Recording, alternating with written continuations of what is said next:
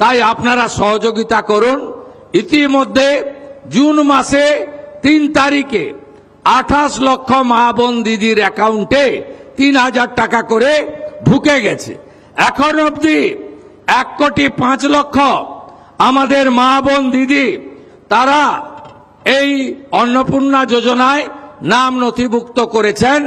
তাদের verification complete করে আমরা পোর্টালে আপলোড করে দিয়েছি এবং এরা আগামী 1 জুলাই তারা এই জুন মাসের 3000 করে টাকা অ্যাকাউন্টেও পেয়ে যাবেন, ঢুকে যাবে। এতটুকু চিন্তা করবেন না। এখনো যারা বাকি আছেন জনকল্যাণ শিবিরে আপনারা ফর্ম ফিল আপ করুন, আধিকারিকরা সাহায্য করবে এবং আমরা প্রয়োজন হলে আমাদের বাড়ি বাড়ি গিয়ে সেই সহযোগিতা আপনাদেরকে করব।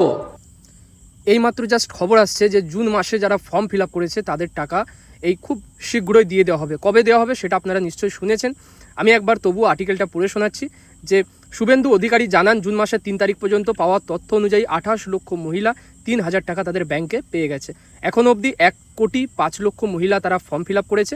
ভেরিফিকেশন হয়ে গেলেই 1 জুলাইয়ের মধ্যে তাদের টাকা তাদের অ্যাকাউন্টে দিয়ে দেওয়া হবে এবং জনকল্যাণ শিবিরে দাঁড়িয়ে আপনারা সেই ফর্ম ফিল আপ করতে পারবেন যারা এখন অবধি ফিল আপ করেননি। তো জাস্ট এটুকুই তার বলার উদ্দেশ্য ছিল যে আমরা 1 জুলাই কিন্তু সমস্ত যে বকেয়া টাকা জুন মাসের সেগুলো আমরা পেমেন্ট করে দেব। এখন 3 তারিখের পর থেকে নিয়ে আপনার 30 জুন অবধি কোনো রকম টাকা দেওয়া হবে না বা হয়নি। তো সেই নিয়ে অনেকের কিন্তু চিন্তা রয়েছে, আপনারা চিন্তা করবেন না। 1 জুলাই আপনাদের সমস্ত টাকা অ্যাকাউন্টে কিন্তু পেয়ে যাবেন। ভিডিওটা ভালো লাগলে এবং এইভাবে আপডেটগুলো সঠিক পেতে হলে অবশ্যই আমাদের চ্যানেল সাবস্ক্রাইব করে নেবেন আর ভিডিওটা লাইক করবেন। আজকে এখানেই শেষ করলাম।